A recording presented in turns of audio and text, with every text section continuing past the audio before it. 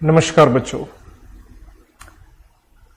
उम्मीद करता हूं कि आप लोग बड़े अच्छे से अपने फाउंडेशन एग्जाम्स के लिए तैयारी कर रहे होंगे।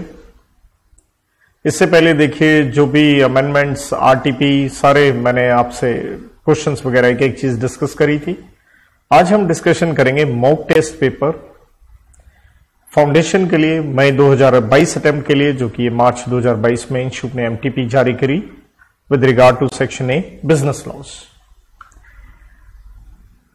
एक आधे क्वेश्चन को अगर मैं छोड़ दूं तो इसके अलावा इस एमटीपी में एज सच मुझे कुछ खास, कुछ इंटरेस्टिंग, आउट ऑफ ट्रैक कुछ नहीं नजर आता, तो काफी इजी है। पहला प्रश्न है, मिस्टर मूर्ति ट्रेवल कर रहे थे मनाली अपनी बीवी के साथ बाय बस। टेक्निकल डिफेक्ट आता है, ड्राइवर ने बस को रोक लिया। सर्दियों के दिन थे, रात थी रादर यहां पे, और पैसेंजर्स को कहा कि भाई साहब नियर बाय एक होटल है, आप वहां चले जाइए, सिर्फ 1 किलोमीटर पे है। मिस्टर मूर्ति की वाइफ को सर्दी लग गई, इस वजह से वो बीमार हो गई और काफी दिक्कत आई। मिस्टर मूर्ति ने केस फाइल किया है ये कंपनी के खिलाफ कि भाई डैमेजेस दीजिए, क्योंकि पर्सनल इनकन्वीनियंस हुआ, साथ में होटल का चार्ज, साथ में बीवी का इलाज का खर्चा दीजिए। प्रश्न, क्या हमें ये कॉम्पनसेशन मिलेगा? माना ब्रीच ऑफ कॉन्ट्रैक्ट है, लेकिन हम बड़ा क्लियरली पढ़ते हैं कि सिर्फ जो आपको डैमेजेस मिलते हैं वो ऑर्डिनरी डैमेजेस मिलते हैं, मतलब कोई स्पेशल डैमेजेस ऐसा नहीं मिलते हैं, इनकन्वीनियंस के नहीं मिलते हैं, जब तक आप स्पेसिफिकली कॉन्ट्रैक्ट में मेंशन ना करते हैं। सो सेक्शन 73 यही कहता है कि डैमेजेस मिलेंगे, राइट, लेकिन कौन से मिलेंगे? जो नेचुरल है, डायरेक्ट है, बस वही मिलेंगे। जो टू रिमोट है, टू फार, टू इनडायरेक्ट, आपको इस तरह के डैमेजेस नहीं मिलेंगे। तो इसलिए ये आपको ये पैसा जो आपने मांगा है नहीं मिल पाएगा। अगला प्रश्न ओपीसी पे है, कंपनीज एक्ट। आपने ओपीसी बनाई है और अपने ब्रदर विनोद को नॉमिनी बनाया है। विनोद अपना नया बिजनेस स्टार्ट कर रहे हैं हिंदुस्तान के बाहर, और वो हिंदुस्तान छोड़ के चले जाना चाहते हैं हमेशा के लिए, इसलिए वो विड्रॉ करना चाहते हैं अपना नॉमिनेशन फॉर्म। तो आपसे पूछा गया है क्या ये मैंडेटरी है उनको विड्रॉ करना? देखिए, हम रूल नंबर 3 इनकॉर्पोरेशन रूल्स में पढ़ते हैं, 4 कंडीशन होती है। आप नेचुरल पर्सन होने चाहिए, आप उम्र 18 साल हो, भारतीय सिटीजन, इंडियन रेजिडेंट और अदरवाइज या ना हो। तो देखिए, अगर आप हमेशा के लिए जा रहे हैं तो नेचुरल है, यहां पे तो यही जरूरी होगा कि आप क्या करें, विड्रॉ कर लें। दूसरी बात है, क्या उनका बेटा जो 17 साल का नॉमिनी बन पाएगा? Again the answer is based on rule number 3। आपकी 18 साल की उम्र नहीं है, आप नहीं बन पाएंगे। अगला question sale of goods act पे है, कहता है ब्रीच ऑफ कंडीशन, क्योंकि हम कहते हैं कंडीशन मैंडेटरी होती है, आपको उसका कंप्लायंस करना पड़ेगा। कहता है क्या हम इसे ब्रीच ऑफ वारंटी मान सकते हैं? तो देखिए, सेक्शन 13 में ही एक्सेप्शन हम पढ़ के आते हैं कि भाई हम मान सकते हैं, जिसका परिणाम ये होगा कि बायर अब कॉन्ट्रैक्ट रिसाइन नहीं कर पाएगा, सिर्फ क्या क्लेम कर पाएगा? डैमेजेस। तो आप कब कर सकते हैं? 4 सिचुएशन है। एक, अगर बायर ये कंडीशन टोटली वेव कर देता है, या वो उसको मानने को तैयार है, he elects to treat it as warranty rather than condition. Number 3, contract breakable नहीं है, मतलब सेवरेबल ही, अलग अलग हिस्सों में नहीं कर सकते हैं, और ऑब्वियसली आपने यहां क्या किया है, एक्सेप्ट कर लिया है सामान को। नंबर 4 है, अगर एक्सक्यूज दे दिया है किसने? बाय लॉ ने। वजह क्या है? लीगल इम्पॉसिबिलिटी या कुछ भी और रीजन है। नेक्स्ट प्रश्न आपसे पूछा गया कॉन्टिंजेंट कॉन्ट्रैक्ट का डेफिनेशन एंड साथ में उससे रिलेटेड रूल्स। तो देखिए, सेक्शन 35 में हम कॉन्टिंजेंट कॉन्ट्रैक्ट पढ़ते हैं, it's a contract to do or not to do something if some event collateral to such contract does or does not happen. जैसे इन्हें बी को कहा लाख रुपए दूंगा अगर आपके घर में आग लगी तो। इससे रिलेटेड रूल्स हम सेक्शन 32 से 36 में डायरेक्ट सीधे सीधे पढ़ते हैं। Contract contingent on event happening, on event not happening, contract contingent on future conduct of a living person, contract contingent on an event happening with in fix time, और last में हम पढ़ते हैं ऑन एन इम्पॉसिबल इवेंट, जहां हम क्या कहते हैं, यहां एग्रीमेंट क्या होगा? वॉइड होगा। तो डायरेक्ट प्रश्न है, कुछ भी नहीं है भाई। अगला पूछा गया, ये आरटीपी में भी प्रश्न था, एलएलपी बनाने के क्या बेनिफिट्स हैं? अगर किस लिहाज से? अगर कंपनी के लिहाज से लिमिटेड लायबिलिटी देखें और पार्टनरशिप के लिहाज से अगर हम फ्लेक्सिबिलिटी देखते हैं, तो नेचुरल है, दोनों बेनिफिट हैं, क्योंकि एलएलपी में लिमिटेड लायबिलिटी हो जाएगी जो कि कंपनी में भी होती है। फ्लेक्सिबिलिटी क्या है? जैसे पार्टनरशिप में फर्म का बिजनेस कौन मैनेज करता है? जो भी पार्टनर्स के बीच में आपस में एक एग्रीमेंट रहता है कि किस तरह से इंटरनली वो काम करेंगे तो ये आपको एक बेनिफिट रहता है कि मैनेजमेंट, ऑपरेशन, स्ट्रक्चर सब कुछ आपके हाथ में, जैसे आपको ठीक लगे वैसे काम कर लीजिए। अगला पार्टनरशिप एक्ट 1932 पे प्रश्न है। सिंपल पार्टनरशिप की डेफिनेशन पूछी गई है और उसके फीचर्स या कह लीजिए एसेंशियल्स पूछे गए हैं। सेक्शन 4 में हम पार्टनरशिप पढ़ते हैं कि रिलेशन है किसके बीच में, पार्टनर्स, क्या किया उन्होंने, एग्रीमेंट, क्या करना है, शेयर, क्या चीज, प्रॉफिट्स या लॉस किसके, बिजनेस के, कौन चलाएगा बिजनेस, सारे चलाएं, और ऑल और any of them acting for all, जिसे हम कहते हैं म्यूचुअल एजेंसी। तो जितने पॉइंट मैंने यहां मार्क किए वही एलिमेंट्स बन गए भाई, राइट। तो इन्होंने जैसे 5 पूछे कि एसोसिएशन रहेगी कम से कम 2 लोगों की, 50 से ज्यादा लोग हो नहीं सकते, क्योंकि कौन कहता है, सेक्शन 464 ऑफ कंपनीज एक्ट 2013 कहता है। नंबर 2, ऑब्वियसली एक डीड, एक एग्रीमेंट बनाना क्या जरूरी है, यहां पे नहीं बनाएंगे तो बहुत सारी चीजों में दिक्कत आ सकती है। देन बिजनेस, तो ऑब्वियसली बिजनेस का डेफिनेशन हम पढ़ते हैं, इंक्लूड्स टॉप, टी से ट्रेड, ओ से ऑक्यूपेशन, पी से प्रोफेशन। तो बिजनेस होना बहुत एसेंशियल कंडीशन है। और शेयर करेंगे प्रॉफिट्स, तो अंडरस्टूड है, साथ में क्या शेयर करेंगे, लॉसेस भी। और ऑब्वियसली आपने डीड बनाई होगी उसके हिसाब से, वरना इक्वल रहेगा रेशियो। बिजनेस चाहे सारे कीजिए और any of them acting for all, rather ये वन ऑफ द सबसे इंपॉर्टेंट फीचर ही ये है जिसे हम कहते हैं टेस्ट ऑफ एजेंसी। क्या आप at the same time principal हैं एंड एजेंट हैं दूसरे पार्टनर्स के लिए, प्रिंसिपल एजेंट रिलेशनशिप कह लीजिए या म्यूचुअल एजेंसी कह लीजिए। अगला प्रश्न कॉन्ट्रैक्ट एक्ट पे है। कपिल एक स्टोर में जाते हैं, एक स्टील का उन्होंने पैन खरीदना है, स्टील का, राइट। उन्होंने सेल्समैन को कहा कि भाई साहब बता दीजिए कहां पे स्टील पैन्स रखे हैं।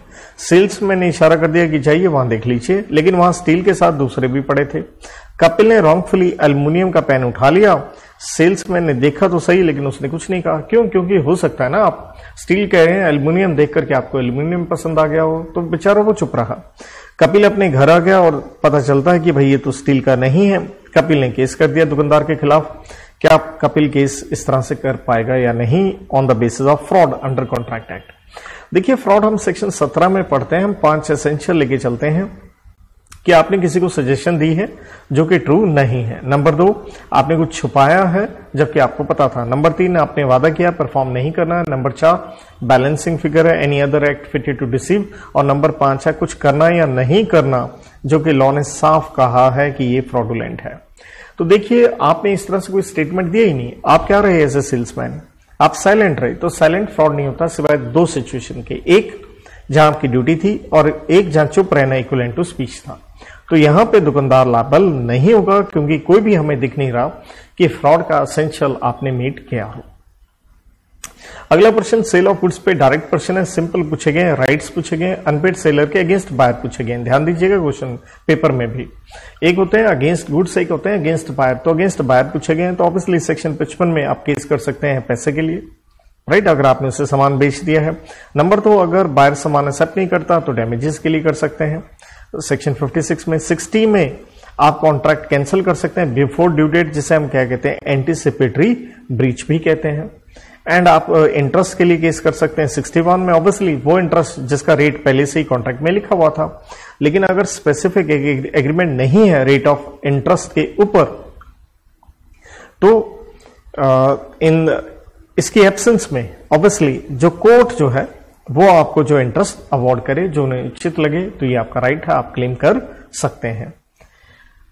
नेक्स्ट पार्टनरशिप एक्ट के ऊपर एम 4 में से एक पार्टनर है, उसने 6 करोड़ रुपए अपने फ्रेंड जेड को देना है, लेकिन वो अनेबल टू पे है, इसलिए वो अपना शेयर फर्म में बेच देना चाहता है। तो अब आपसे पूछा गया है क्या एम अपना इंटरेस्ट किसी और को ट्रांसफर कर सकता है। नंबर 2, अगर कर दिया है तो क्या राइट्स होंगे ट्रांसफरी के। इन केस एम फर्म में से रिटायर हो रहा है अपना शेयर बेचने के 6 महीने के बाद। देखिए इसके ऊपर हम पढ़ते हैं सब पार्टनर सेक्शन 29 में। नॉर्मली तो नहीं हो सकता, लेकिन अगर आपने अपना हिस्सा किसी को बेच दिया है तो that means firm partnership act यही कहता कि आप बेच सकते हैं, लेकिन जो ट्रांसफरी है उसको कोई हक नहीं बनता कि वो इंटरफेयर करे बिजनेस के कंडक्ट के अंदर या अकाउंट्स या इंस्पेक्शन वगैरह करे। हाँ, लेकिन इतना है प्रॉफिट्स में जो शेयर बनता है तो जिस पार्टनर से शेयर खरीदा वो पैसा ले सकता है। नंबर 2 है अगर फर्म डिसॉल्व हो जाती है या जिसने अपना हिस्सा बेचा, जैसे यहां क्वेश्चन में था, वो सीज कर रहा है, मतलब वो रिटायर हो रहा है, तो आपके हक क्या है। तो भाई साहब आपके यहां हक ये हैं कि आप एक तो जितना आपका शेयर बनता है एसेट्स के अंदर वो ले सकते हैं। नंबर 2, अपना शेयर जानने के लिए कितना बनता है आप बुक्स ऑफ अकाउंट्स भी चेक कर सकते हैं। 2 यहां पे आपके हक बनते हैं। यही एंड में इंस्टीट्यूट ने अपने आंसर में कंक्लूड किया। मतलब पेपर में ध्यान रखें, पहले लिखा है आप लॉ ऑन द प्रॉब्लम और एंड में क्या करें, कंक्लूड करें। जिस तरह से 1 और 2 पॉइंट बना के उन्होंने पूछे तो आप उस तरह से जवाब जरूर दीजिए। अगला सेल ऑफ गुड्स पे प्रश्न है। सोहन गेहूं बेचते हैं, विनोद उनकी दुकान पे आया और अच्छी क्वालिटी का कहा गेहूं दिखाइए। विनोद सेटिस्फाइड था। सोहन और इसके बीच में एक एग्रीमेंट टू सेल हो गया कि 100 बैग्स दिए जाएंगे लेकिन बाद में दिए जाएंगे। राइट, एग्रीमेंट टू सेल है, सेल नहीं है। Delivery of wheat and payment अगले 3 महीने में करनी थी, लेकिन बिफोर गुड्स डिलीवर होते विनोद को सोहन के पास एक और ग्राहक आया विक्रम, जो ज्यादा पैसे देने के लिए तैयार था। इसलिए सोहन ने क्या किया, विनोद वाला सामान जो उसके पास ऑलरेडी पड़ा था, इवन ध्यान दीजिए क्वेश्चन में साफ लिखा है सेल हो चुकी है, तो उसने विक्रम को बेच दिया। विक्रम को इस चीज का कोई नॉलेज नहीं था कि सोहन ओनर है। अब आपसे पूछा गया क्या ये विक्रम को सेल एक वैलिड है, तो हम सेक्शन 29(7) में पढ़ते हैं कि no one can give which one has not got. मतलब आपकी जो चीज नहीं आप किसी और को आगे दे नहीं सकते हैं, नॉन ओनर सेल नहीं कर सकता है। लेकिन हम इसके एक्सेप्शन पढ़ते हैं और यहां लगती है सेक्शन 30 वाली कि अगर सेलर क्या है, इन पोजेशन ऑफ गुड्स है या document of title of goods है, तो वो एक वैलिड सेल कर सकता है। जैसे मैंने कहा उसके पास पोजेशन हो, दूसरी पार्टी ने जो सामान खरीदा है वो खरीदा है उसने गुड फेथ में, जिसका मतलब है उसको कोई नॉलेज नहीं है कि ये सेलर की कोई अथॉरिटी नहीं है बेचने की, तो यहां वैलिड सेल बन जाएगी सेक्शन 30 सबसेक्शन 1 में। अगला प्रश्न, एबीसी लिमिटेड बिजनेस करिए आयरन रोड्स खरीदने बेचने का, यही इनका मेन ऑब्जेक्ट है और क्लियरली मेमोरेंडम में ऑब्जेक्ट क्लोज में जो हम पढ़ते हैं सेक्शन 4 सबसेक्शन 1 क्लॉज सी के अंदर लिखा है। कंपनी ने एक कॉन्ट्रैक्ट कर लिया है जॉन के साथ फाइनेंस से रिलेटेड। क्या आप फाइनेंस का काम कर सकते हैं? अगर आप ध्यान से फैक्ट्स देखेंगे तो हमने केस किया भी हुआ है इसके ऊपर, एशबरी वर्सेस रिचे, एशबरी आयरन और कंपनी वर्सेस रिचे का ये केस। तो कंपनी बाद में इस कॉन्ट्रैक्ट को रेपो डेट कैंसिल करना चाहती है, तो ऑब्वियसली ये क्या लगा, ultra wides beyond powers of company है, डॉक्ट्रिन लग गया और हम कहते हैं कंपनी अपनी औकात से मेमोरेंडम के ऑब्जेक्ट क्लोज से बाहर कोई कार्य नहीं कर सकती। ना इसके लिए कोई कंपनी के ऊपर केस कर सकता है, ना ही कंपनी केस कर सकती है, क्योंकि जो भी आउटसाइडर डील करते हैं पब्लिक से कंपनी से, तो उन्हें ये मेमोरेंडम पढ़ना चाहिए, क्योंकि मेमोरेंडम क्या है, पब्लिक डॉक्यूमेंट है under section 399 of companies act. तो इसलिए अगर आप गलत कॉन्ट्रैक्ट करते हैं सवारी अपने सामान की, आप जिम्मेवार है, ये केस पे आप लिख सकते हैं। तो अंत में कहेंगे हम कि पहली बात कंपनी ऐसा कॉन्ट्रैक्ट कर ही नहीं सकती, अब कर लिया है तो ये अल्ट्रा वाइड्स है, इसलिए नल एंड वॉइड है। अगला प्रश्न डायरेक्ट आपसे पूछा गया है कि बताइए सुपरवेनिंग इम्पॉसिबिलिटी क्या होती है, एक एग्जाम्पल भी बताइए और इसके परिणाम भी बताइए। तो देखिए हम क्लियरली कहते हैं सुपरवेनिंग का मतलब भी क्या होता है, सबसीक्वेंट, कि बाद में इम्पॉसिबिलिटी हुई। दैट मींस जब कॉन्ट्रैक्ट किया था सब कुछ सही था।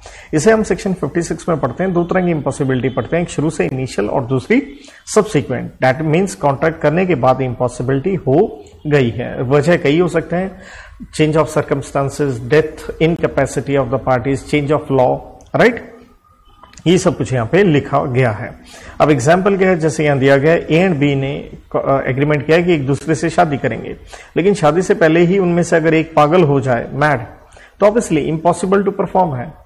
तो यहाँ क्या परिणाम क्या होंगे, तो एक अच्छा खासा कॉन्ट्रैक्ट था, सीज हो गया, तो इसलिए इसे हम कहते हैं वॉइड कॉन्ट्रैक्ट। वॉइड एग्रीमेंट नहीं है, वॉइड कॉन्ट्रैक्ट है, जिसे आप कहां पढ़ के आते हैं, सेक्शन 2 सबसेक्शन जे के अंदर डेफिनेशन पढ़ते हैं। इसलिए पार्टीज क्या हो जाएंगी, डिस्चार्ज हो जाएंगी। ये है इसका इफेक्ट। अगला क्वेश्चन पार्टनरशिप एक्ट से रिलेटेड है, कहता है subject to agreement between the partners, rules बताइए जो पार्टनर्स को फॉलो करने इन सेटलमेंट ऑफ अकाउंट्स अगर डिसोल्यूशन हो जाती है। सेक्शन 48 में हम 2 बातें पढ़ते हैं कि देखिए अगर लॉसेज हैं तो लॉसेज हम पहले कहां से एडजस्ट करेंगे, प्रॉफिट में से, दूसरा कहां से, कैपिटल में से, और लास्टली अगर जरूरत पड़े तो पार्टनर्स अपने घर से पैसे लेके आएंगे इन देयर प्रॉफिट रेशियो। और फर्म के जो एसेट्स हैं उसका इस्तेमाल हम किस तरह से करेंगे, सबसे पहले हम डेट्स पे करेंगे फर्म की, राइट, एंड देन हम पार्टनर्स का क्या पे करेंगे, कैपिटल पे करेंगे। और देखिए यहां कैपिटल की बजाय वर्ड लिखना चाहिए जो पार्टनर ने क्या दिया, लोन वगैरह दिया, पहले वो पे किया जाता है, फिर कैपिटल का नंबर आता है। और अगर बैलेंसिंग फिगर बच जाए, इसे हम कहते हैं सरप्लस रेजिड्यू, तो वो उनको प्रॉफिट रेशियो में दे दिया जाएगा। देन मिस्टर राज ने कंपनी बनाई है, 50,000 रुपए की कैपिटल है, उसने अपना बिजनेस 40,000 में किसी को बेच दिया। तो पेमेंट के लिए ही एक्सेप्टेड क्या लिए, 30,000 के तो देखिए शेयर ले लिए, बैलेंस 10,000 लोन माना गया, and Raj secured the amount by issue of debentures. तो देखिए राज ने अपना बिजनेस, तो डैट मीन्स एक सोल प्रोप्राइटरशिप थी, किसको बेच दिया, कंपनी को बेच दिया, राइट। 40,000 में बेचा, क्या ले लिए, 30,000 के शेयर ले लिए, 10,000 का एक तरह से कंपनी को लोन दे दिया, जो कि किस नेचर में था, डिबेंचर्स की नेचर में था। उस राज की बीवी एंड 3 बच्चियां एक एक शेयर ले लिया, कंपनी में स्ट्राइक हो जाती है और कंपनी वाउंड अप हो जाती है, कंपनी के एसेट्स निकलते हैं 6,000 के और अनसिक्योर्ड क्रेडिटर्स हैं 8,000 के। राज रिटेन्ड, उसने सारे के सारे पैसे रख लिए, क्योंकि वो 10,000 से वो क्या था, लोन डिबेंचर होल्डर था, कि भाई मेरा पहले पैसा मिलना चाहिए, इसलिए दूसरे क्रेडिटर्स ने ऑब्जेक्ट किया। तो कहता बताइए क्या एक आदमी जो खुद ही सारा बिजनेस ऑन कर रहा है अपने आप को पैसे दे सकता है? यस, क्योंकि हम पढ़ के आते हैं सेपरेट लीगल एंटिटी, एग्जैक्टली कहें तो सेक्शन 9 ऑफ कंपनीज एक्ट के अंदर ये पढ़ते हैं, तो कुछ सेक्शन नहीं भी लिखे हैं शुड आंसर में, मैं कोट कर रहा हूं आपको। तो जिसे हम कहते हैं कि आपकी पहचान क्या है, कंपनी एंड मेंबर्स के अलग होती है। केस भी हम सबसे इंपॉर्टेंट पढ़ते हैं सैलोमन वर्सेस सैलोमन का। अगर आप ध्यान से देखें तो फैक्ट्स ही प्रॉब्लम के क्या है, सेम सैलोमन वाले केस के ही हैं। तो इसलिए company and member they are 2 separate person, इसलिए ये कहना राज एंड कंपनी R1 ये सही नहीं है, ये गलत है, सेपरेट लीगल एंटिटी है, इसलिए राज का यहां हक है, उसको ये पैसे मिलने चाहिए। तो यहां देखिए हमारे ये लॉस के पर्सन समाप्त होते हैं। तो एक भी नॉर्मली कह लीजिए हल्का सा जस्ट उन केस स्टडी बेस्ड ये क्वेश्चन बना दिए हूं, बट एक भी क्वेश्चन कोई आउट ऑफ ट्रैक, कुछ समथिंग डिफरेंट या इंटरेस्टिंग हो मुझे नजर नहीं आता। होप सो आपको भी इसी तरह से ये इजी लगे होंगे। Thank you.